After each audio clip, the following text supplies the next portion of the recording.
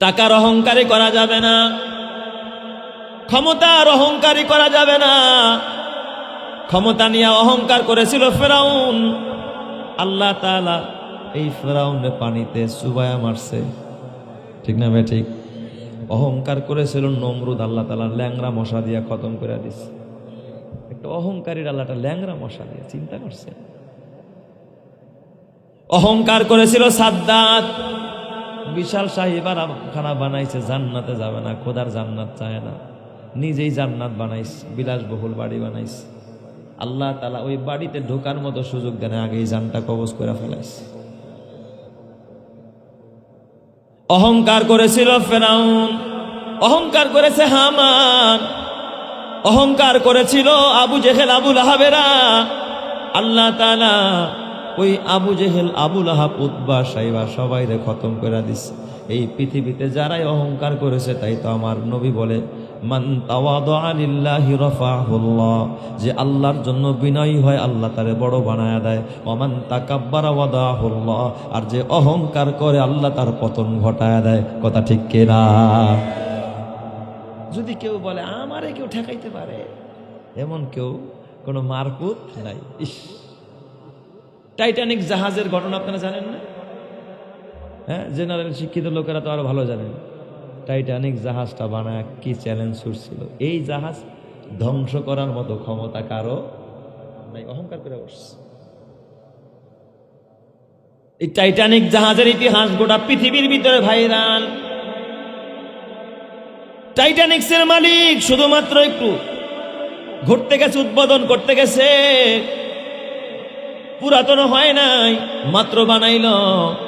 এত কোটি কোটি মার্কিন billion dollar দিয়া যেই টাইটানিক বানায়, এত বড় শক্তিশালী টাইটানিক, যে কতটা শক্তিশালী হলে এই কথা চ্যালেঞ্জ ছুটতে পারে যে আমার টাইটানিক ধ্বংস করার মতো কোনো শক্তি নাই।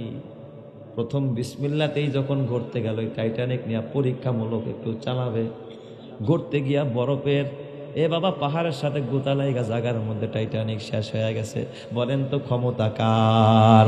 কাদেরে কুদরত দারাদ হারচে খাহাদ আকুনাত মুরদারা ও জাবা বখশাদ জিন্দারা বে জাকুনাদ মুরদারা ও জাবা বখশাদ জিন্দারা বে জাকুনাদ। বলেন তো মুর্দাকে জিন্দাকারী, জিন্দাকে মুর্দাকারী যিনি, তিনি কে? এটা তো বললাম বিধর্মীদের কথা, আমাদের মুসলমানদের কথাই বলি। দেখেন না তাকাব্বুরের কারণে আল্লাহ তাআলা কোন জায়গায় নিয়ে গেছে। ইসলামে অনেকগুলো যুদ্ধ হয়েছে, আপনারা শুনছেন না? অনেক যুদ্ধ হয়েছে, অনেক গজওয়া হয়েছে, অনেকগুলো যুদ্ধ হয়েছে। আলেম ওলামারা ভালো বুঝবে। এই যুদ্ধের ভিতরে একটা যুদ্ধের নাম হলো গজওয়ায়ে হুনাইন। যুদ্ধের নাম কি? হুনাইনের যুদ্ধ। কোন যুদ্ধ? হুনাইনের যুদ্ধ। খুব খেয়াল করেন, দেখেন, একটু অহংকার করার কারণে আল্লাহ মুসলমানদেরকে পর্যন্ত, সাহাবীদেরকে পর্যন্ত আল্লাহ তাআলা বাবা একেবারে পরাভূত করেছে। ব্যর্থতার দ্বার প্রান্তে আল্লাহ তাআলা তাদেরকে পৌঁছায় দিয়েছে। সামান্য একটু তাকাব্বুরি, পুরা তাকাব্বুরিও না, সামান্য একটু আসছিল কেন? হুনাইনের যুদ্ধটা হয় মক্কা বিজয়ের 3 মাস পরে। 8ম হিজরিতে যখন মক্কা বিজয় হয়, নবী আলাইহিস সালাতু ওয়াস সালাম সাহাবায়ে কেরামদেরকে নিয়ে যখন মক্কায় আসলেন, মক্কা সহজেই কি হয়ে গেছে? বিজয় হয়ে গেছে। যেই মক্কাবাসী আমার নবীকে অপমান করে মক্কা থেকে বের করছে, ওই মক্কায় যখন সাহাবায়ে কেরামদেরকে নিয়ে নবীজি মক্কায় ঢুকছেন, আল্লাহ তাআলা ফাতহে মুবিন দিয়া দিছেন। ইন্না ফাতাহনা লাকা ফাতহাম মুবিনা। একেবারে ফাতহে মুবিন যিনি দান করছেন, তিনি কে? আল্লাহ। মক্কা বিজয়ের পর নবীজি মক্কায় অবস্থান করতেছিলেন মুহাজির এবং আনসারদেরকে নিয়ে। তায়েফ এবং মক্কা, যারা হজে গেছেন তায়েফে গেছিলেন না? তায়েফ মোটামুটি মক্কা থেকে বহু দূর। এই তায়েফ এবং মক্কার মাঝে একটা জায়গার নাম, একটা জায়গা আছে হুনাইন। ওখানে 2টা গোত্র বসবাস করত, পৌত্তলিকদের 2টা গোত্র। একটা গোত্রের নাম বনু হাওয়াজিন, আর একটা গোত্রের নাম বনু সাকিফ। এই বনু সাকিফের লোকেরা আর বনু হাওয়াজিন গোত্রের লোকেরা ওই জায়গার মধ্যে, মক্কা এবং তায়েফের মাঝামাঝি তাদের বসতি। ওরা দেখলো হায় হায় মোহাম্মদ তো মদিনায় গেছে, মদিনায় গিয়াও ইসলাম প্রচার করছে, দল বল নিয়ে আইসা এখন মক্কাও কি করে নিছে, দখল করে নিছে। এটা ওদের ভাষা, পত্তলিকদের ভাষা আর কি, বিদর্মীদের ভাষা। তাহলে এই মোহাম্মদ তো কয়দিন পরে যে আমাদের এই বনু হাওয়াজিন আর বনু সাকিব গোত্র, আমরাও তো বিধর্মী, আমরাও তো মূর্তির পূজারী, আমরাও তো দেবতার পূজা করি, আমরাও তো মূর্তির সামনে মাথা নত করি, তাহলে এই মোহাম্মদ তো আমাদেরকে কি করবে না, ছাড় দিবে না। অতএব আমরা মোহাম্মদকে দাঁত ভাঙ্গা জবাব দিব, আমরা মোহাম্মদের বিরুদ্ধে লড়াই করব। কয় গোত্র জমা হয়েছে? 2 গোত্র, বনু সাকিব আর বনু হাওয়াজিন। এই 2 গোত্রের ভিতরে 4000 মানুষ। কত হাজার? 4000 মানুষ, 4000 যোদ্ধা জমা হয়ে গেছে যুদ্ধ করার জন্য। এই খবর মক্কায় আমার নবীজির কানে গেছে। মক্কা বিজয় হওয়ার পরে তো মুসলমান দলে দলে কি করতেছি, ইসলামে প্রবেশ করতেছি। যা যা নাসরুল্লাহি ওয়াল ফাত ওয়া রাআইতান নাসা ইয়াদখুলুনা ফি দীনিল্লাহি আফওয়াজা। এই মক্কা বিজয়ের পর মানুষ দলে দলে ইসলামে দীক্ষিত হচ্ছে। নবমুসলিমের সংখ্যা কম না বেশি? অনেক মুসলমান বাড়তেছে। মক্কা বিজয় হয়ে গেছে, এখন তার অমুসলিম হয়ে থাকলে তো ভালো থাকা যাবে না, সবাই দলে দলে কি হচ্ছে, মুসলমান হয়ে যাচ্ছে। এই সময় হাওয়াজিন এবং বনু সাকিবের লোকেরা জমা হয়ে হুনায়নের প্রান্তরে তারা তাবু গাড়ছে, শিবির করছে, এখানে তাবু স্থাপন করেছে। মুসলমানদেরকে মক্কায় গিয়ে অ্যাটাক করবে, হামলা চালাবে, আমার নবীকে এবং সাহাবায়ে কেরামকে মক্কা থেকে আবারও বের করে দিবে।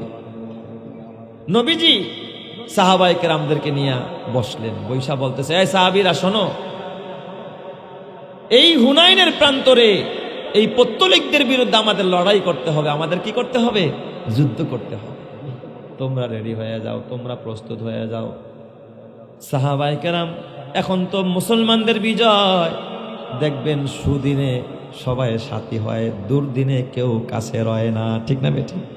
হ্যাঁ, দুর্দিনে কেউ থাকে না, সুদিনে সবাই আসে। বিজয় হইলে সবাই আমিও যাব, আমিও যাব। সব মুসলমান নাম লেখায় হুনাইনের যুদ্ধে যাওয়ার জন্য। মুসলমানের সাথে সাথে নবমুসলিম যারা নতুন মুসলমান হয়েছে এরাও নাম লেখাইতেছে। একজন আর দুইজন নয়, 12,000 যোদ্ধা, 12,000 সৈনিক প্রস্তুত হয়ে গেছে। সুবহানাল্লাহ। কত হাজার? কাফেররা কত? 4000। তাহলে মুসলমানদের সংখ্যায় কম না বেশি? কাফেররা সংখ্যায়, কাফেরদের থেকে মুসলমানের সংখ্যা কয় গুণ বেশি? 3 গুণ বেশি। তো বেশি থাকলে একটা ভাব আইসা যায় না? কথা কয় না? বেশি থাকলে একটা ভাব আসে না? তখন নেতার পিছনে কয়টা গাড়ি যায়, আমার নেতা দেখ, বিশাল শোডাউন, হুন্ডার বহর চোখে দিয়া টাকায় অশেষ করা যায় না। বিশাল বড় শোডাউন নিয়ে যাচ্ছে আমার নেতা। যে যেই দল করে, যার দলের শোডাউনটা যত বড় হয়, দেখবেন তার দিলের ভিতরে ওই পরিমাণ অহমিকা জাগে। জাগে কি জাগে না? মুসলমানরা কয় এবার একটা খেলা দেখায় দিব। কি কয়? এবার একটা খেলা দেখায় দিব, খেলা দেখামো।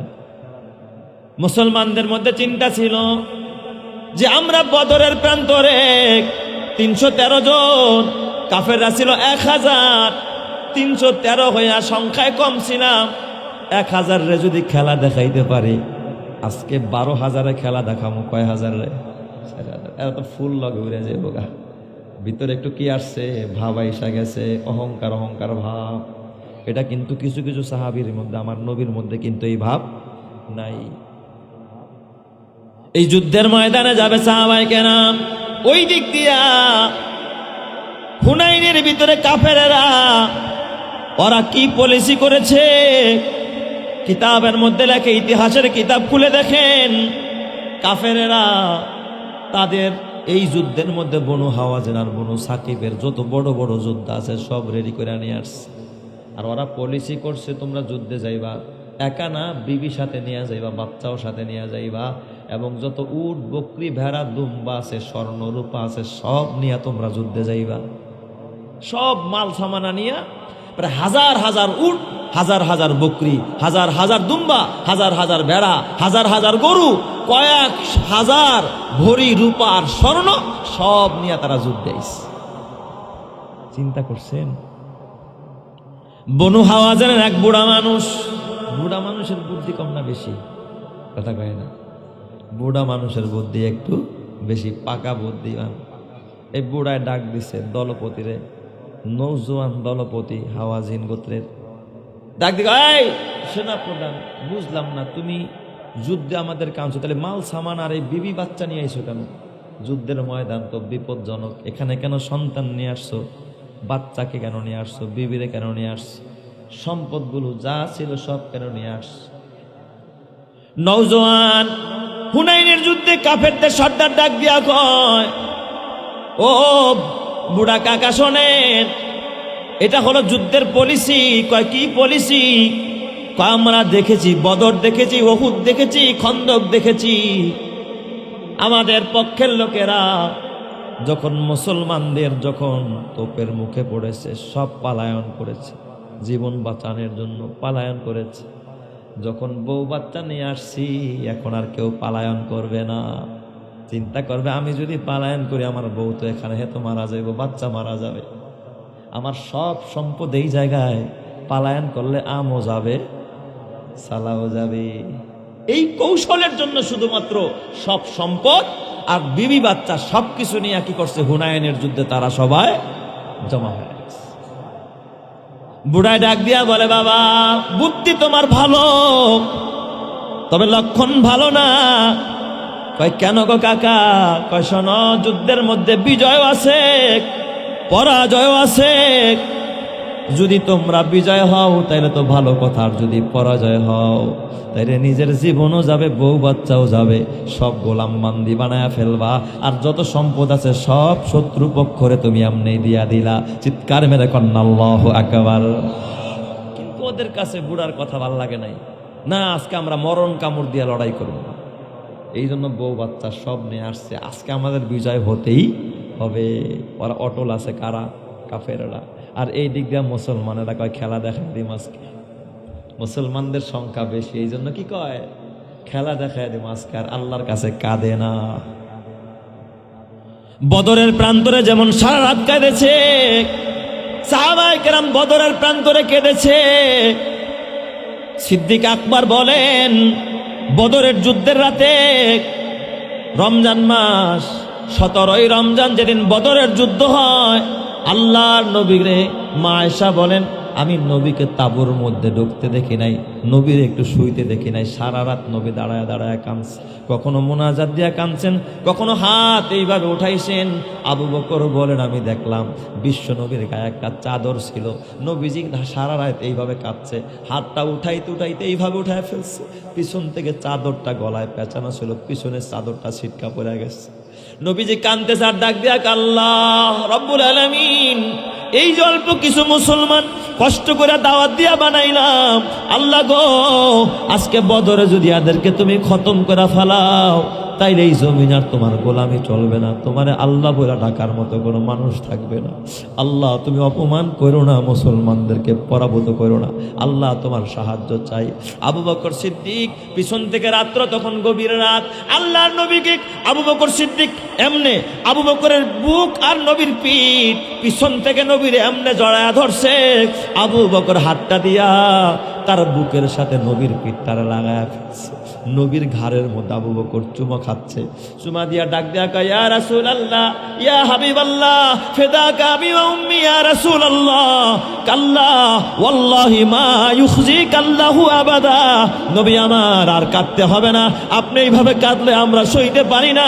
ওই জাতের কসম করে কই, আমার আল্লাহ কোনোদিন আপনি নবীকে, তার বন্ধু মুহাম্মদুর রাসূলুল্লাহকে আল্লাহ পরাজিত করবে না। চিৎকার মেরে কন্যা আল্লাহু আকবার। এর মধ্যে তখন ভরসা ছিল একমাত্র কে? আল্লাহ। নবীও কাঁদে, সাহাবীরাও কাঁদে। আল্লাহ তাআলা সুসংবাদ দিয়া দিছে নবীরে। এরপরে নবী যখন একটু তন্দ্রায় গেছে, আল্লাহ তাআলা সুসংবাদ দিয়া দিছে, ওয়ালাকাদ নাসারাকুমুল্লাহু বিবাদরিন ওয়া আনতুম আযিল্লা। আল্লাহ কয় আমি সাহায্য পাঠায় দিলাম 1000 ফেরেশতা দিয়া, আরেক আয়াতে আছে 2000 ফেরেশতা দিয়া, আল্লাহ 5000 ফেরেশতা পাগড়ি পরা ফেরেশতা দিয়া বদরের প্রান্তরে আল্লাহ বিজয়ের মালা পড়াইছে। চিৎকার মেরে কন্যা আল্লাহু আকবার। তাহলে মুসলমানের বিজয় শক্তি দ্বারা হয় না, একজনের সাহায্য দ্বারা হয়। চিল্লায় বলতে হবে তিনি কে?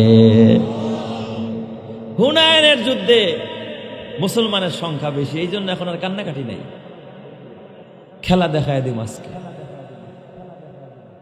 নবীজি আমার পেরেশান, 12,000 সৈন্য মুসলমানের রহমাতে আলম নবী যুদ্ধের ময়দানের দিকে রওনা।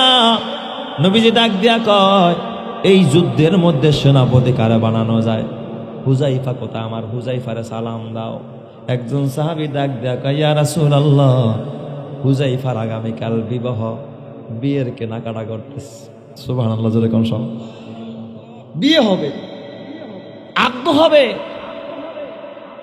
বিবাহর বন্ধনে আবদ্ধ হবে হুজাইফা। নবীজি অমনি একটা কাগজের মধ্যে চিঠি লিখলেন, মিন মুহাম্মদ ইবনে আব্দুল্লাহ ইলা হুজাইফা। নবীজি চিঠি লেখা বললেন, ও হুজাইফা, যেখানেই থাকো একটু চলে আসো, তোমার সাথে কথা আছে। আগামীকাল হুনাইনের যুদ্ধে যেতে হবে রে হুজাইফা।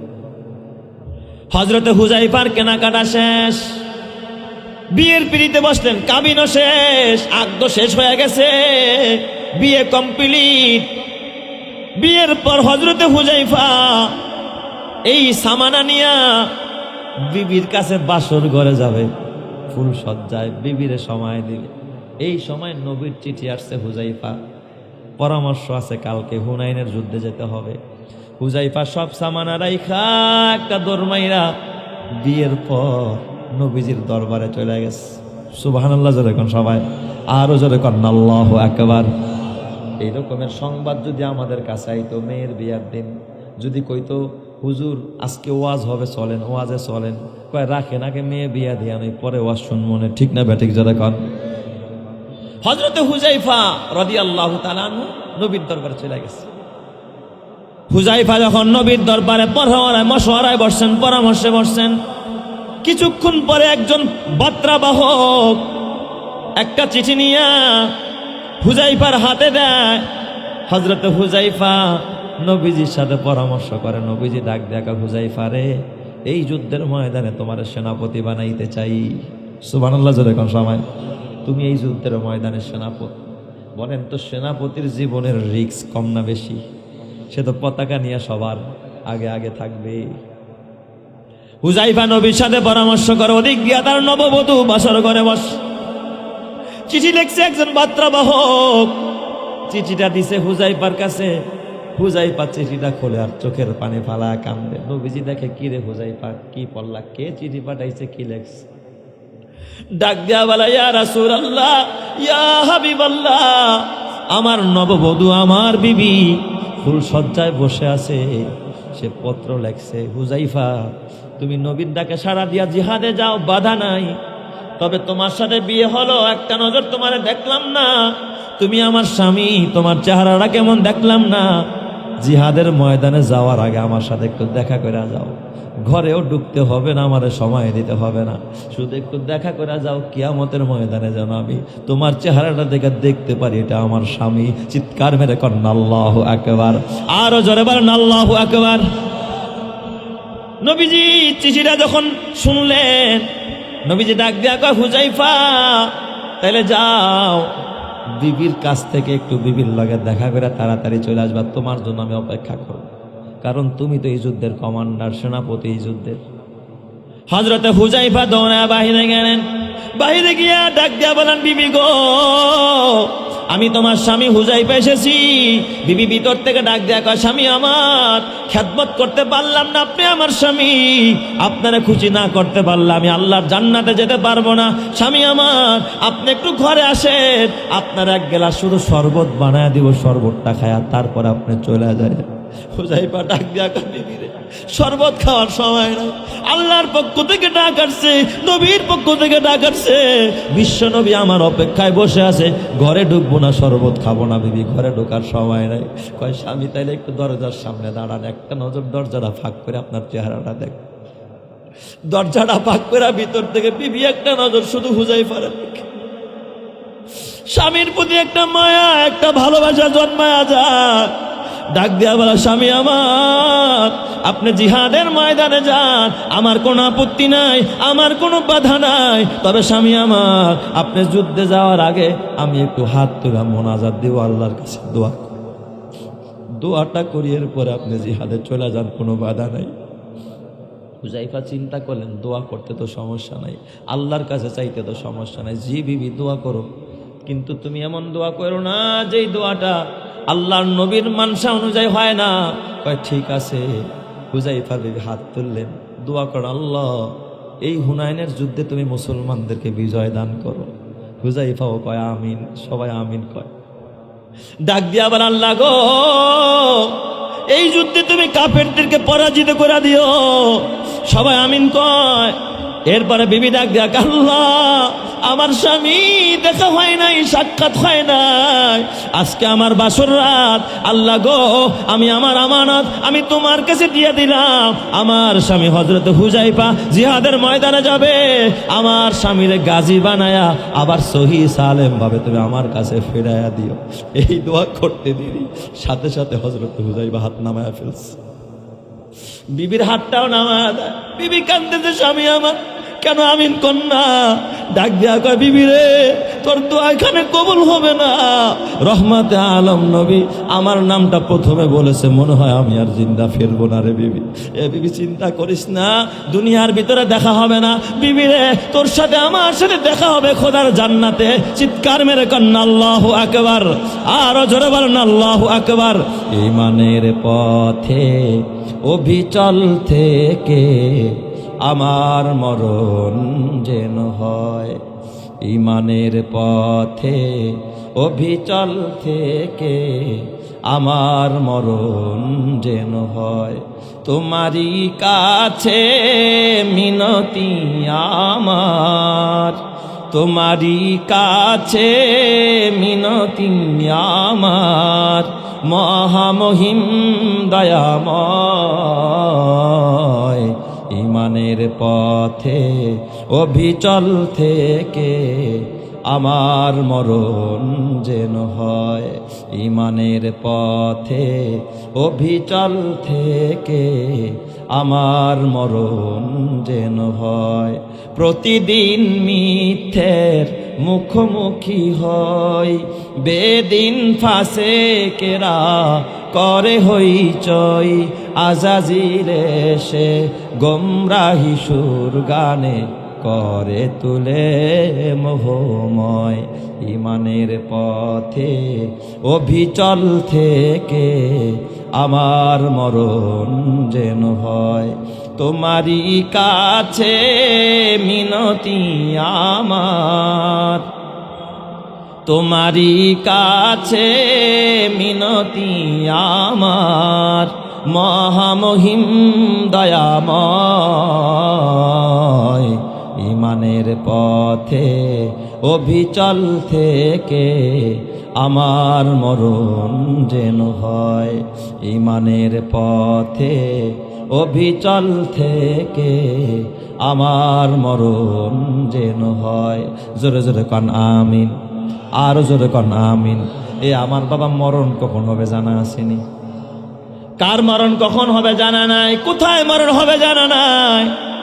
এই যে 2 দিন আগে ভূমিকম্প হলো, এই ভূমিকম্পে আপনাদের কলিজায় বলেন তো ভয় ঢুকছে কি ঢুকে নাই? যারা বিল্ডিং এ ছিলেন কিভাবে যে কম্পন হয়েছে। ভূমিকম্পের সময় আমি সকাল 10:30টায় নাস্তা করতে বসলাম, 10:38 তো ভূমিকম্প, প্রায় 30 থেকে 35 সেকেন্ড। শুধু আল্লাহ একটু ঝাঁকুনি দিস। 8 তলা বিশিষ্ট ভবনের 4 তলায় ছিলাম। ভবনের কাঁপাকাঁপি দেখা ভাবছি আজকে মনে হয় শেষ হয়ে যাবে। এখানে পড়তেছিলাম লা ইলাহা ইল্লাল্লাহ, কালিমা পড়ে প্রস্তুত হয়ে গিয়েছিলাম। দোয়া করতেছিলাম, আল্লাহ যদি এই অবস্থায় মরণ হয়ে যায়, ঈমানের মরণ দিও, কালিমার মরণ দিও। এই চিন্তাও কিন্তু অনেকের মাথায় ছিল না। খালি কয় বাঁচাও বাঁচাও। আশেপাশের জানালা দিয়া দেখি এদিক থেকে আওয়াজ আসে বাঁচাও বাঁচাও, ওদিক থেকে আওয়াজ আসে বাঁচাও বাঁচাও। দরজা খুলে কেউ সিঁড়ি দিয়া দৌড়ায়। মরণ থেকে পালানোর কোনো জায়গা আসেনি। কোথায় পালাবেন? নরসিংদীর ঘটনা রে বাবা, নরসিংদীর ঘটনা। একজন হাফেজে কোরআন, মাদ্রাসার তালিবুল ইলম, বাবাও একজন হাফেজ সাহেব। ছেলে ছুটিতে বাসায় আসছে। বাবা ছেলে 2 জনের ঘরের মধ্যেই ছিল, কিন্তু জানে না, বাবাই জানে না, বাবাই জানে না। ভূমিকম্প যখন আরম্ভ হয়, দৌড়াদৌড়ি করে ছোটাছুটি করে 2 জনে সিঁড়ি বাইয়া নিচে নামছে। বাহিরে ছিল বাউন্ডারি ওয়াল, বাউন্ডারি ওয়াল। এই বাউন্ডারি ওয়াল ভূমিকম্পে পড়া যায়, ভবন পড়ে নাই, বাউন্ডারি ওয়াল পড়া জায়গার মধ্যে বাবা ছেলে দুইজনই জায়গার মধ্যে শহীদ হয়েছে। অথচ বাঁচতে চাইছিল মরণ থেকে, মরণ থেকে বাঁচার কোনো রাস্তা নাই, মরণ থেকে পালানোর জায়গা নাই। তুমি মনে করছো এখানে থাকলে মরে যাবো, বাইরে গেলে মরবো না। দেখো না রে বাবা, এই যে আমাদের বাংলাদেশের কয়েক বছর আগে এক মন্ত্রী এ বাবা সিঙ্গাপুর নিয়ে গিয়েছিল তাকে চিকিৎসা করানোর জন্য, নিয়েছে জীবিত মনে করছে জিন্দা, আবার ফেরত আনবো, কিন্তু ফেরত আসছে কি লাশ ফেরত আসছে, লাশ ফেরত আসছে, জীবন তার ফেরত আসে নাই। তুমি যাও হাসপাতালে, হাসপাতালে কেউ মরার জন্য যায়। আপনাদের ফরিদপুরের মুসলমান যখন কেউ অসুস্থ হয়ে হাসপাতালে যায়, কেউ কি মরতে যায় না বাঁচতে যায়? কথা বল না কে? বাঁচার জন্যই তো কয় কি রে তাড়াতাড়ি নিয়ে যা, হাসপাতালে নিয়ে যা, হাসপাতালে নিয়ে যা।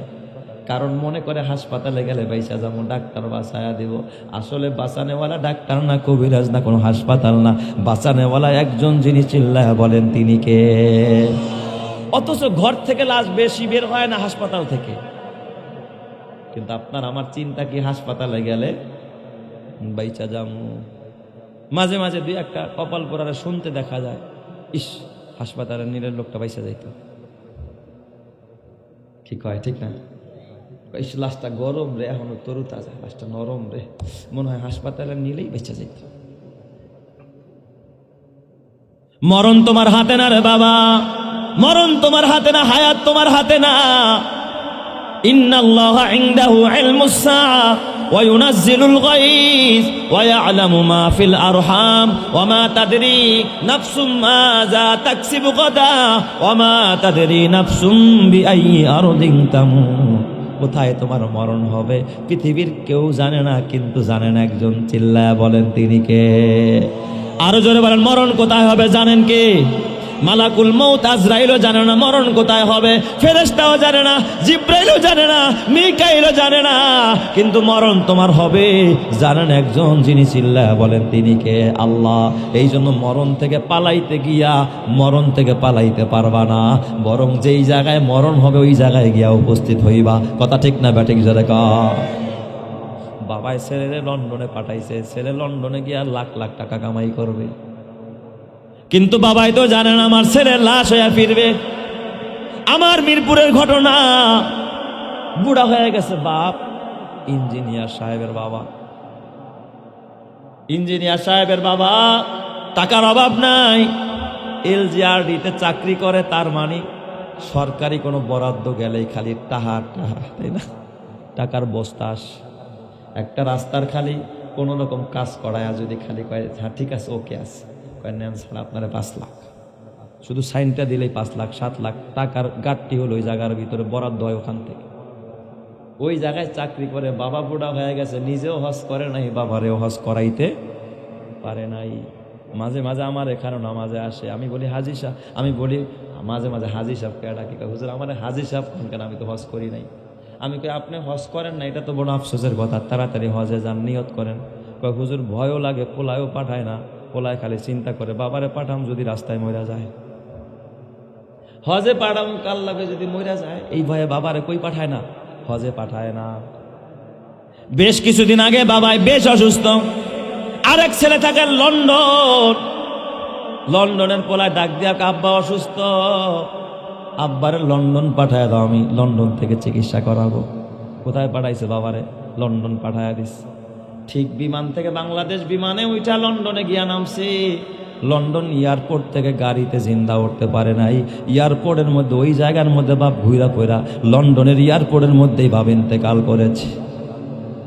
লাশটা ছেলের বাসা পর্যন্ত যাইতে পারে নাই, আল্লাহ তাআলা ওর মরণ রাখছে লন্ডনের ওই এয়ারপোর্টের ভিতরে। নয়তো বা ছেলে কেন টাকা খরচ করে, লক্ষ লক্ষ টাকা খরচ কইরা কেন তারা লন্ডন নিবে? আল্লাহ ওরে মক্কায় নেয় না, মদিনায় নেয় না, কাবায় নেয় না, আল্লাহ লন্ডনের এয়ারপোর্টে নিয়ে আমারে। কারণ হলো আর কপালে আল্লাহ এইভাবে লেখা রাখছে, এটা তোমার দ্বারা হয় নাই, এটা তোমার আমল দ্বারা হয় নাই। এ আমার বাবা, কপালের লেখা লেখেন যিনি তিনি কে? ওরে কোরআন পড়ো, কিতাব পড়ো, কোরআন পড়ো, কিতাব পড়ো, ওলি আল্লাহর লেখা দুই নয়নে যায় না দেখা, ওই কপালের লেখা। দুনিয়ার সব লেখা দেখলা, কিন্তু কপালের লেখা জীবনে দেখতে পারো নাই। আছে লেখা দেখাস? যদি দেখতো তাইলে এইভাবে, এই যে ভূমিকম্প থেকে বাঁচার জন্য বাপ ছেলে দুইজন বের হয়েছে, বড় বিপদ থেকে বাইসা গেছে, নিচে একটা হালকা জিনিস দিয়ে ধাক্কা খাইছে, ওয়ালের মধ্যে বাড়ি খাইছে। এই যে বাউন্ডারি ওয়াল করে মারা গেছে। মানুষ দেখবেন ভ্যান থেকে পড়ে মারা যায়, আবার অনেকে বিমান থেকে পড়েও বাইসা যায়, আসে না নাই? বাঁচানেওয়ালা কে? আরো জোর বলতে বাঁচানেওয়ালা কে? বাঁচতে চাও বাঁচতে পারবি না, বড় লোক হইতে চাও বড় লোক হইতে পারবি না। কারণ টাকা পয়সা আল্লাহ দেয়, সম্পদ আল্লাহ দেয়, রিজিক আল্লাহ দেয়। দুচি জাদ মিরা কাসাদে জোরে জোর, একে আবো দানা দেগার খাকে গো। হুনাইনের কথা বলতেছি। মুসলমানদের ভিতরে তো একটু কি ভাব আসছে, আজকে খেলা দেখায় দেবো, কারণ সংখ্যায় আমরা বেশি। খবরদার বাবা, অহংকার করতে নাই। অহংকার আমার রবের চাদর, এই চাদর নিয়ে টানাটানি করবা না। নিজেকে নত করে দাও, মিঠায়া দাও। এই জন্য আল্লাহ তাআলা তার বান্দার পরিচয় দেয়, ওয়াইবাদুর রহমানিল্লাযিনা ইয়ামশুনা আলাল আরদি হাওনা। ইবাদুর রহমান যারা, আল্লাহর বান্দা যারা, রহমানের বান্দা যারা, জমিনের মধ্যে বিনয়ের সাথে চলে, বিনয়ী ভাবে চলে, অহংকার করে না, গর্ব করে না। আমি জমিদার এলাকার, আমি মাতবর বংশের বলা, আমি মোড়ল বংশের, আমি চৌধুরী বংশের বলা, এই রকমের বাহাদুরি করে না। যারা বিনয়ী হয়ে যায় তাদেরকে কবুল করে নেয় কে? আল্লাহ। মুসলমান হুনাইনে ঢোকার আগেই অতর্কিত ওই কাফেরেরা পাহাড়ের গুহার থেকে তীর আর বর্ষা নিক্ষেপ করতেছে, অতর্কিত। 12,000-এর মাঝে তীর আসার পরে মুসলমান ছত্রভঙ্গ হয়ে যায়। যেখানে মুসলমান এক যুগে মাইরানের কথা, সেই জায়গায় মুসলমান ছত্রভঙ্গ হয়ে গেছে। নবী আমার একা পড়ে গেছে, ডাইনে মুসলমান পালায়, বামে পালায়, পিছনে পালায়, কারণ অতর্কিত তীর আসতেছে এই দিক দিয়া। নবী আমার তখন নবীজি দাঁড়ায় গেছেন, দাঁড়ায় ডান থেকে ডাক দেন, বাম থেকে ডাক দেন, পিছন থেকে ডাক দেন। নবীজি ডাক দিয়া বলেন, আনান নাবিয়ুস সিদ্দিক, আনান নাবিয়ুল কাযিব, আনা ইবনু আব্দুল মুত্তালিব। খবরদার খবরদার, ও কুরাইশের লোকেরা, ও আনসারেরা, ও মুহাজিরেরা, আমি হইলাম, আমি তো একজন সত্য নবী, আমি মিথ্যা নবী না, আমি ভণ্ড নবী না, আমি প্রতারক নবী না, আমি আব্দুল মুত্তালিবের নাতি, আমি আব্দুল মুত্তালিবের বংশের সন্তান, আমি পালায়ন করব না। কে আসো, কোথায় আসো, আমার সঙ্গী হয়ে যাও। এই কথা বইলা নবীজি যখন ডাক দিলেন, ডান দিক থেকে কিছু সাহাবী, বাম দিক থেকে কিছু সাহাবী, পেছন থেকে কিছু সাহাবী, মোট 12 জন আইসা গেছে। কয়জন? 12 জন। নবী একজন, মোট কয়জন? 13 জন। ওই দিক দিয়ে কাফেররা কয়জন? 4000। আর বাকিরা পালায়ন করছে, ভাগতেছে, পালায়ন করছে। যেভাবে বর্ষা আসতেছে বাঁচা যাবে না। নবীজি 12 জন নিয়ে দাঁড়ায় গেছে। নবীজি আল্লাহর কাছে হাত তুলে ফেলাইস ময়দানের ভিতরে, আল্লাহ তুমি ছাড়া কোনো বাঁচানোওয়ালা নাই, তুমি ছাড়া আমার সাহায্যকারী নাই। আল্লাহ তোমার সাহায্যের ভিখারি, আল্লাহ তোমার কাছে সাহায্য চাই। আল্লাহ তাআলা ওই সময় আল্লাহ তাআলা আমার নবীকে জানায় দেন, নবী আমার এক মুষ্টি বালি হাতে নেন, বালি নিয়ে সামনের দিকে নিক্ষেপ করেন। আল্লাহর নবী একটু মাটি নিলেন, সামনের দিকে নিক্ষেপ করলেন। সব কাফেরদের চোখে মুখের মধ্যে বালিগুলো লাগলো। ওরা চোখ ডলতে ডলতে এদিক সেদিক পালায়ন করতে লাগলো। 12 জন বর্ষা নিক্ষেপ করতে লাগলো। এই 12 জনের বর্ষা নিক্ষেপ একজন আর দুইজন নয়, প্রায় 70-এর ঊর্ধ্বে কাফের জায়গার মধ্যে মারা যায়। চিৎকার মেরে কন্যা আল্লাহু আকবার। এই 12 জন দিয়ে আল্লাহ বিজয় দিয়া দিছে। আল্লাহু আকবার জোরে কোন সবাই? কয়জন দিয়া বিজয় দিছে? 12 জন দিয়া। 12,000 লাগে নাই? 12,000 লাগছে নাকি? ইমানদারের মতো ইমানদার একজন হইলেই হয়, শাহজালালের মতো একজন মুসলমান হইলেই হয়। এবার মুসলমানদের বিজয়, ওরা সব পালাইছে, বিবি বাচ্চা রাইখা, হাজার হাজার উট, হাজার হাজার বকরি, হাজার হাজার গাভী। মুসলমান এই হুনাইনের যুদ্ধে যেই পরিমাণ গনিমতের মাল পাইছে, অন্য কোন সব যুদ্ধ মিল্লা ওই পরিমাণ গনিমতের মাল পায় নাই। চিৎকার মেরে কন্যা আল্লাহু আকবার। এই বিজয় মুসলমানদেরকে দিছেন যিনি, তিনি কে? তাহলে সাময়িকভাবে একটু মুসলমান বিপদগ্রস্ত হয়েছিল, কিসের কারণে? একটু অহংকারের কারণে, ভাব আসার কারণে। এই ভাবটাও আমাদের মধ্যে আছে না নাই? এই ভাবটা কি আপনারা তো বুঝেন না। ভাবটা কি আমি একটু বুঝাইলে বুঝবেন। ভাবটা হলো আমি ভালো, আমারে বড় চারটা দিল না, ওই ফকিনের ফোলারে বড় না, ওরে ডাক দেয় না, ভালোটা দেয় আর আমার দেয় না। আমি চৌধুরী বংশের ফোলা, আর ও দিয়ে ফকিনের বংশের ফোলা। এই যে আমি ভালো, ও আমার থেকে কি নিচু, এটার নাম কি? কথা বলেন, এটার নাম কি? অহংকারের একটু পরিচয় দিলাম আপনাদের ভাষায়, আমার ভাষায় না, আপনাদের ভাষায়। ধরেন দুইটা চেয়ার, একটা একটু ভিআইপি চেয়ার, একটা সোফা আর একটা প্লাস্টিকের। আপনারা দুইজন আসছেন এই এলাকার থেকে, একজনের সোফা দিছে আর একজনের প্লাস্টিকেরটা দিছে। কয় ভাই আপনি এটাই বসেন, আপনি এটাই বসেন। যারা প্লাস্টিকেরটা দিছে তার কাছে ভালো লাগবো নি?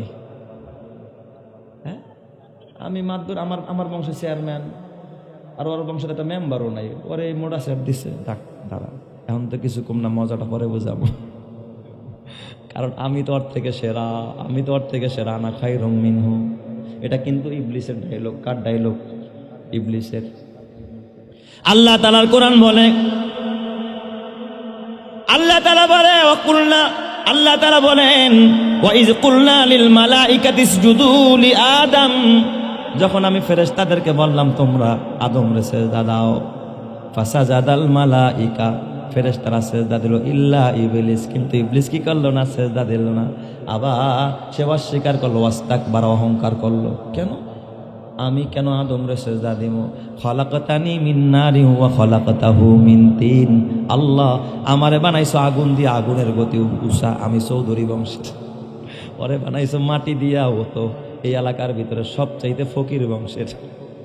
এই এলাকায় যদি এই বংশের লোক থাকেন, বেজার হয়ে না, আমি উদাহরণ দিয়া বলছি, আমি তো জানি না কে কোন বংশের।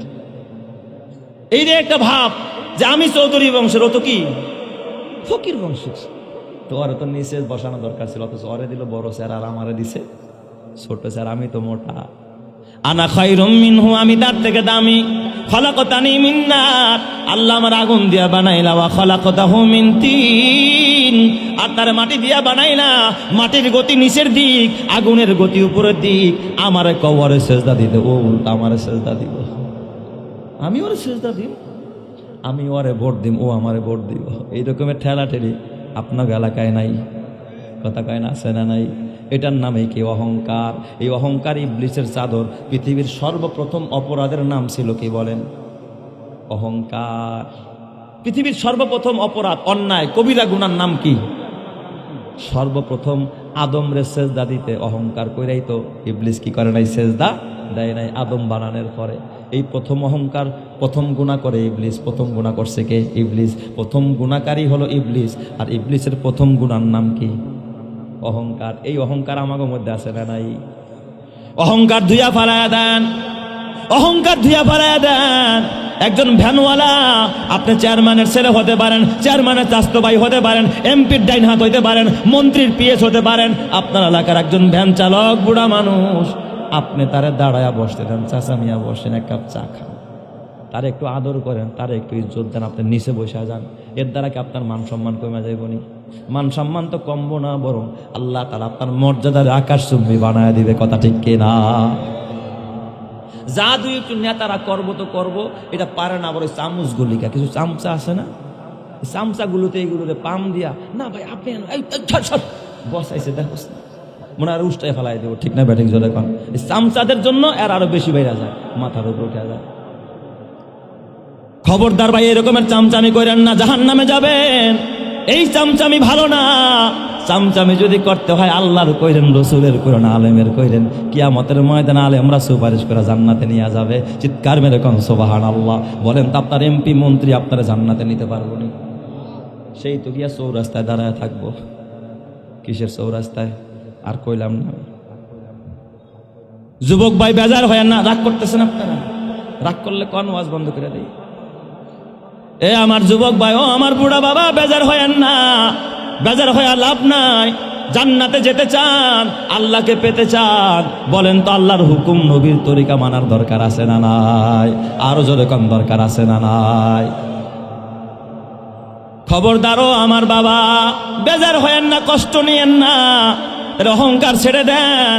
এই অহংকার একজনের চাদর, চিল্লে বলেন তিনি কে? আল্লাহ। আল্লাহ ছাড়া কারো শানে অহংকার মানায় না। কেন অহংকার করেন? আমার নবীর মধ্যে অহংকার আছে নি?